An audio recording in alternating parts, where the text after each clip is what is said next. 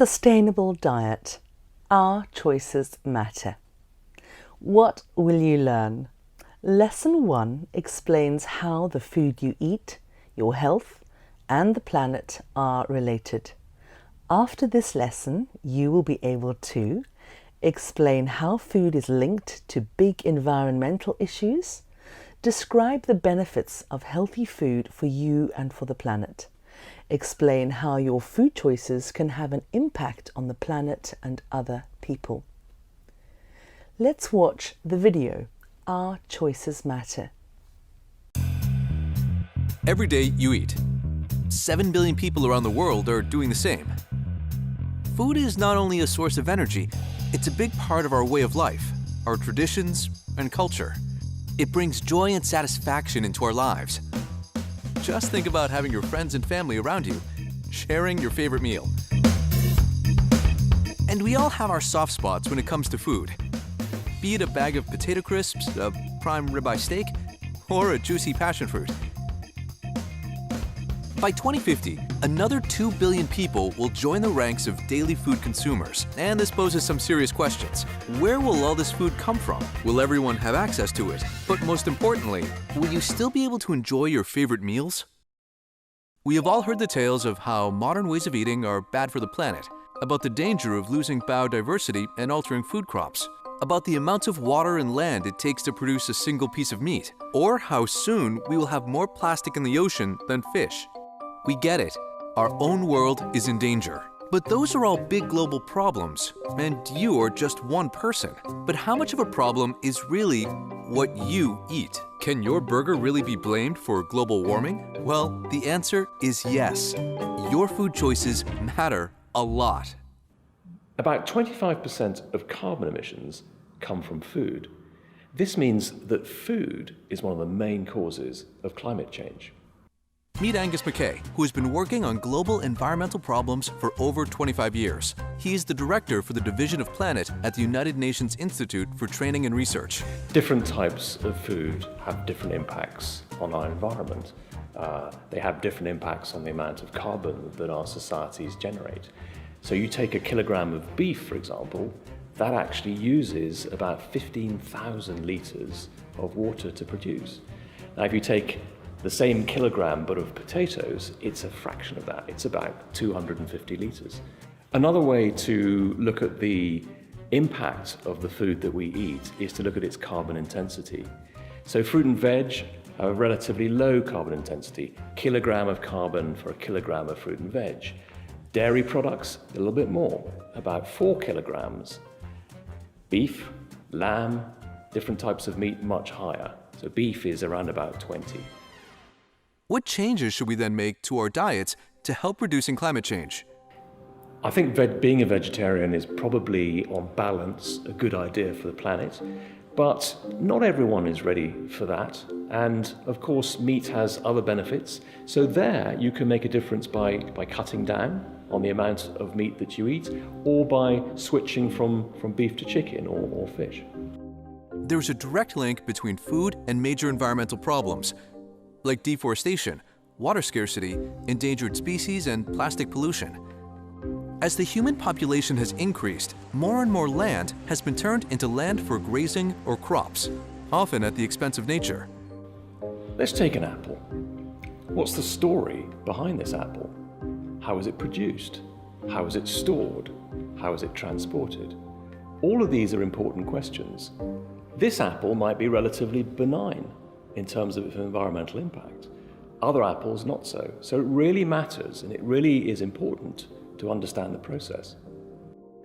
The way food is produced matters, and not just for the health of plants and animals, it also affects people. Trade in food is growing, and work productivity has increased. Yet, according to the International Labour Organization, agricultural workers continue to be at the bottom rung of the rural poverty ladder, and even below the minimum subsistence level. Many are seasonal workers, living in precarious working conditions and little or no social protection. In some developing countries, child labor is as much as 30% of the workforce, and agriculture is a dangerous line of work, with workers suffering higher rates of accidents or injury. Pesticide poisoning, for example, is a particularly prevalent danger. It's true that there is a link between the health of the planet, if you think about it in terms of climate change and greenhouse gas emissions, and the health of individuals. Some of the choices that we can make to reduce the effects of climate change could actually also have a very beneficial effect on personal nutrition and your own health. Take the example of pesticides. This is one of the classics. You know, obviously pesticides in their whole production cycle generate a lot of carbon. So that's bad for the planet. But also, if you have high concentrations of pesticides in your fruit and vegetables, it's bad for you as well. So very often, these are absolute win-win types of scenarios. Human health and planetary health. Now, remember the first question from the beginning of this video? Do your choices matter? What can you do? Well, in this course, we will show you exactly that. What are some of the little ways in which you can help solve major problems like obesity epidemics and climate change? We'll give you tips and ideas to prompt your creativity and reflection on various issues related to food. Your choices matter to you, to those around you, to local farmers and communities across the world. They matter to honeybees, to sea turtles, to earthworms, to crocodiles, and yes, of course, to polar bears. And don't forget, your choices matter to people that you will never meet, just as their choices affect you. So education and information will make a real difference. The combination of the two will enable you to make better choices about the food that you eat, and also maybe influence others around you.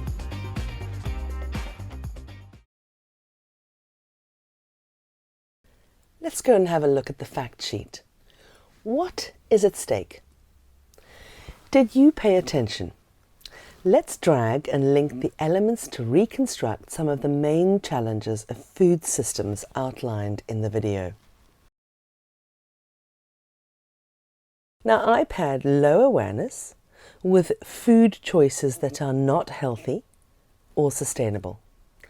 And I've had red meat with a high carbon footprint. I paired farmers and workers with relatively low wages and precarious working conditions. Food is the single strongest lever to optimize human health and environmental sustainability on Earth. However, food is currently threatening both people and the planet. That was from the Lancet Commission 2019. The Eat Lancet report. More than 30 world-leading scientists came together to reach a scientific consensus on what is a healthy and sustainable diet. They make up the Eat Lancet Commission on Food, Planet, Health. In January 2019, they issued a report with scientific targets that will allow us to feed up to 10 billion people by 2050 within planetary boundaries. Let's take a look at the key findings. Without action, the world risks failing to meet the UN's Sustainable Development Goals, SDGs, and the climate change objectives. Our children will inherit a degraded planet where much of the population will suffer from malnutrition and preventable disease. To avoid this, substantial changes in our diets and innovation in the way we produce food are needed. A diet rich in plants and a limited amount of animal protein is a win-win. It is good for both people and the planet. The report sets scientific targets for food production and consumption. If we follow those targets, we can reach sustainable development and help solve climate change. Let's take a look at the recommendations. 1. More plants, less meat. We need to increase consumption of plant-based foods, including fruits, vegetables, nuts, seeds, and whole grains, while also substantially limiting animal source foods. 2. More diverse crops. Agriculture and fisheries must become more diverse to provide nutritious and varied food that is good for human health and supports the environment. 3. Innovate food production. We need innovation in the food sector. This includes better yields from cropland, better fertilizer and water use, applying climate-smart agriculture, and more. No new cropland.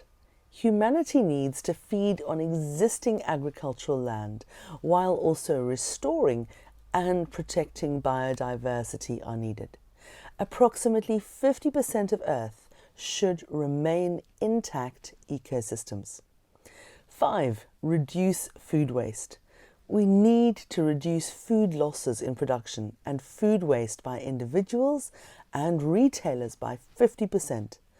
Innovative solutions along the food supply chain can help. Can we make it? Let's check out some solutions. It may all sound very challenging, but the good news is that there are many positive examples of innovation and behaviour change are coming in from around the world. Let's start. Space-age farms. Is this the future of farming? Innovative farming in the Netherlands is producing 10 times more food per hectare than traditional farming methods. The automated greenhouses are powered by renewable energy, use rainwater for irrigation and hardly any pesticides. Using less land, water, fuel and chemicals can be the future of farming. More food for people and more space for nature. And there's a fantastic case study there about automated greenhouses that you can log into and direct yourselves over to the venue. The website is https://www.ourplanet.com, and there's a great video all about space-age farms that you can use in your lessons. Go for it. The first vegan restaurant in Doha. Eating less meat might seem like a new trend, but it is actually an old practice. Various cultures have followed plant-based diets for centuries. Belief systems such as Hinduism, Jainism, and Buddhism teach values focused on reducing meat consumption. About 40% of Indians are vegetarian. But the plant-based diet is becoming popular in unlikely parts of the world as well. In Doha, Qatar, the first vegan cafe opened in 2016 and has met with great success. There is a fantastic link here, and the link takes us to www.ozy.com.